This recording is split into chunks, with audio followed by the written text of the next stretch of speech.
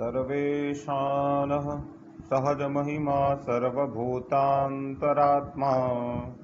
सर्वान् दोषान् स्वयमपतिपतन् सर्वविद्यैकवेद्यः कर्माध्यक्षः कलुषशमनः कोऽपि मुक्तोपभोग्यः सिद्धोपायः स्फुरति पुरुषो वाजिनां संहितान्ते।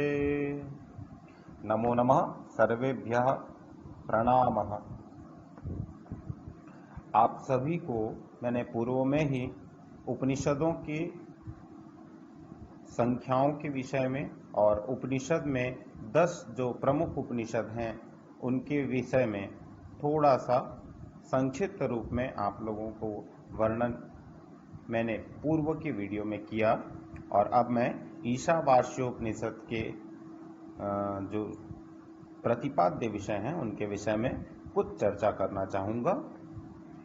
ईशावास्योपनिषद के अनुसार आत्मा का स्वरूप ये बहुत ही महत्वपूर्ण है। देखिए, उपनिषद में उपनिषदों का काम ही है, उपनिषदों में जितने भी उपनिषद है सभी आत्मा के स्वरूप और आत्मा पर ही स्थित हैं और उनके जितने भी व्याख्याकार हुए और जितने भी दर्शन हुए सभी में केवल आत्मा के स्वरूप, आत्मा के ही विषय में मत और विवाद होते रहे हैं।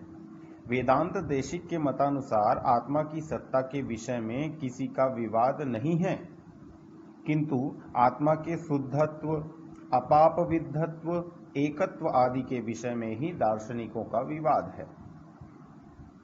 अतः शुद्धत्व, अपापविद्धत्व आदि को आत्मा का स्वरूप न मानकर आत्मा का विशेषण ही मानना चाहिए, ऐसा वेदांत देशिक का मत है, जो विशिष्टाद्वैत दर्शन के अप्रतिम व्याख्याकार हैं।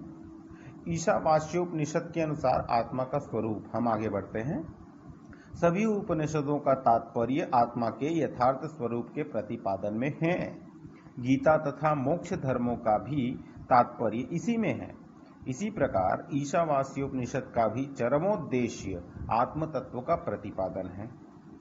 यह उपनिषद आत्मा के स्वरूप याथात्म्य का प्रकाश करके आत्मा के स्वाभाविक अज्ञान को निवृत्त करते हुए संसार के शोक मोहादि धर्मों के विच्छेद के साधनभूत आत्मैकत्व विज्ञान को उत्पन्न करता है। ईशावास्योपनिषद के अनुसार आत्मा सर्वगत, सब तक पहुंचने जाने वाली, शुद्ध, शुद्ध का अर्थ आप लोग जानते हैं, अशरीरी, शरीर नहीं है जिसका, अक्षत, जो कभी नष्ट नहीं होता, स्नायु रहित, स्नायु तंत्र जो होता है उससे रहित होता है, निर्मल, जिसमें मल न हो, पाप रहित, पाप भी नहीं रहता, सर्वद्रष्टा, सब कुछ देख सकता है, सर्वज्ञ, सब कुछ जानता है, सर्वोत्कृष्ट और सबसे उत्कृष्ट है, और स्वयं भू है, स्वयं से उत्पन्न होता है। यहाँ इन्होंने कहा सपर्यगा शुक्रमका यमव्रण मस्नाविरग्गुं शुद्धमपापविद्धं कविरमनीषी परिभू स्वयंभूर याथा तथ्यतोऽर्थाम्। इस उपनिषद में वर्णित आत्मा के स्वरूप को निम्नलिखित बिंदुओं से स्पष्ट कर देते हैं। पहला है विरोधी स्वभाव से युक्त है। तो आत्मा विरोधी स्वभाव से युक्त है। आत्मा का स्वरूप विरोधी स्वभाव से युक्त है। वह ध्रुव तथा निश्चल है और मन से भी अधिक वेगशाली है, मन से भी तीव्र गति आत्मा की होती है। आत्मा का यह स्वभाव आत्मा के निरूपाधिक तथा सोपाधिक रूप से उपपन्न होता है। आत्मा निरूपाधिक रूप से एक, ध्रुव तथा अविचाली है। ध्यान देंगे, निरूपाधिक रूप से एक है, ध्रुव है तथा अविचाली है, चलता नहीं है। उसके स्वरूप में किसी प्रकार का विकार नहीं होता है, किंतु वही आत्मा सोपाधिक रूप से अंतःकरण के संकल्प विकल्पात्मिका उपाधि का अनुसरण करके मन से भी अधिक वेगशाली हो जाता है।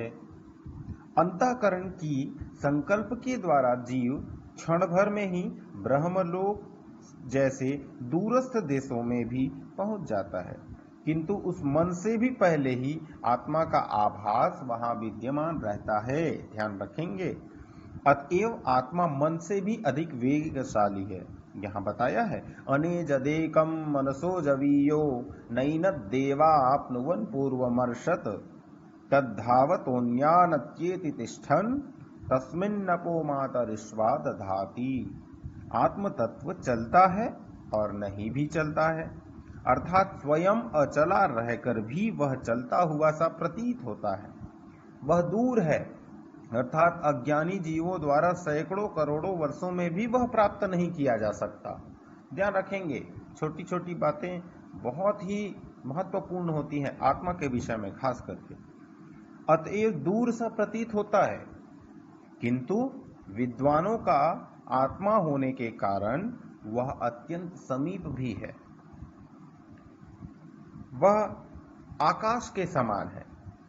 आकाश से भी तुलना यहाँ पर किया गया है ग्रंथ में। व्यापक होने के कारण नाम रूप क्रियात्मक इस संपूर्ण जगत के बाहर तथा सूक्ष्म होने के कारण इसके भीतर भी है। तदेजति तन्नैजति तद्दूरे तदवंतिके तदंतरस्य सर्वस्य तदु सर्वस्यास्य बाह्यतः। अग्रिम पंक्ति में इस प्रकार आत्मा का स्वरूप परस्पर विरोधी है, क्योंकि देखिए विरोधी कैसे स्वभाव हो गया, दूर भी है पास भी है, जाता भी है बैठा भी रहता है, ध्रुव है निश्चल, तो विरोधी स्वभाव है। इस प्रकार ठीक है, आत्मा के निरूपाधिकत्व तथा सोपाधिकत्व को लेकर है, निरूपाधिकत्व उपाधिकत्व। दूसरा कहता है देवताओं के लिए प्राप्त न हो सकने वाला, देवताओं को प्राप्त नहीं हो सकता है आत्मा। ध्यान रखेंगे, बहुत ही महत्वपूर्ण विषय। आत्म तत्व को देवतागण उपलब्ध नहीं कर सके हैं। नैनद देवा आपनुवन द्योतयंती इति देवाः, जो प्रकाशित करे वह देवता है।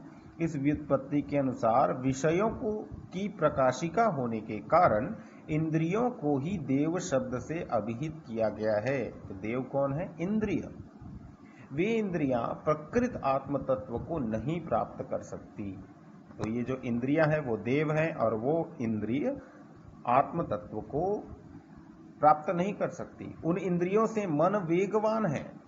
इंद्रियों से वेगवान क्या है? मन। अतएव आत्मा तथा इंद्रियों के बीच में मनोव्यापार का व्यवधान होने के कारण आत्मा का आभास मात्र भी इंद्रियों का विषय नहीं बनता। आभास भी नहीं होता है आत्मा का इंद्रियों को। बहुत ही चिंतनीय विषय है। तीसरा कहता है सभी धर्मों से रहित है, अर्थात आत्म तत्व संसार के सभी धर्मों से रहित है। अपने स्वाभाविक निरूपाधिक स्वरूप से विकार रहित रहकर ही वह उपाधिजन्य संसार के सभी विकारों का अनुभव करता है। चौथा कहता है सभी का अधिष्ठाता है। आत्म तत्व सभी का अधिष्ठाता है। आत्म तत्व सभी शरीर तथा इंद्रिय आदि विकारों का अधिष्ठाता है।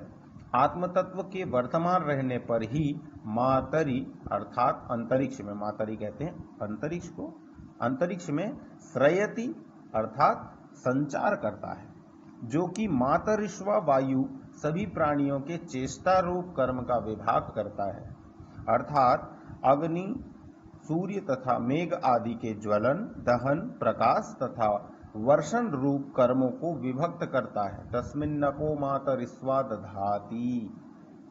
आत्म तत्व जानने वाले ज्ञानी पुरुष के लिए, और जो आत्म तत्व को जान जाता है उन ज्ञानी पुरुष के लिए न शोक रहता है और न मोह रहता है। अर्थात जो संपूर्ण भूतों को आत्मा में देखता है और समस्त भूतों में आत्मा को देखता है, उसको न शोक होता है न मोह होता है। वह सर्वात्म दर्शन के कारण किसी से घृणा भी नहीं करता। यस्तु सर्वाणि भूतान्यात्मान्येवानुपश्यति सर्वभूतेषु चात्मानं ततो न विजुगुप्सते। यस्मिन् सर्वाणि भूतानि आत्मैवाभूत विजानतः तत्र को मोहः कः शोकः एकत्वमनुपश्यतः। उपर्युक्त विवेचन से स्पष्ट है कि ईशावास्योपनिषद में आत्मा के स्वयं का महत्वपूर्ण रहस्यात्मक वर्णन प्राप्त होता है। इस उपनिषद में विद्या और अविद्या का स्वरूप अथवा ज्ञान कर्म का समन्वय भी इसमें बताया गया है। तो अग्रिम वीडियो में विद्या और अविद्या के स्वरूप पर हम प्रकाश डालेंगे। अतः अभी मैं अपनी वाणी को विराम देता हूं। अग्रिम वीडियो में हम फिर से आगे बढ़ेंगे और विद्या और अविद्या के स्वरूप को ईशावास्योपनिषद के अनुसार आगे हम पढ़ते जाएंगे। उपनिषदों के अध्ययन के क्रम में आज के लिए बस इतना ही पर्याप्त है। जयतु संस्कृतम, जयतु भारतम, नमो नमः, धन्यवाद।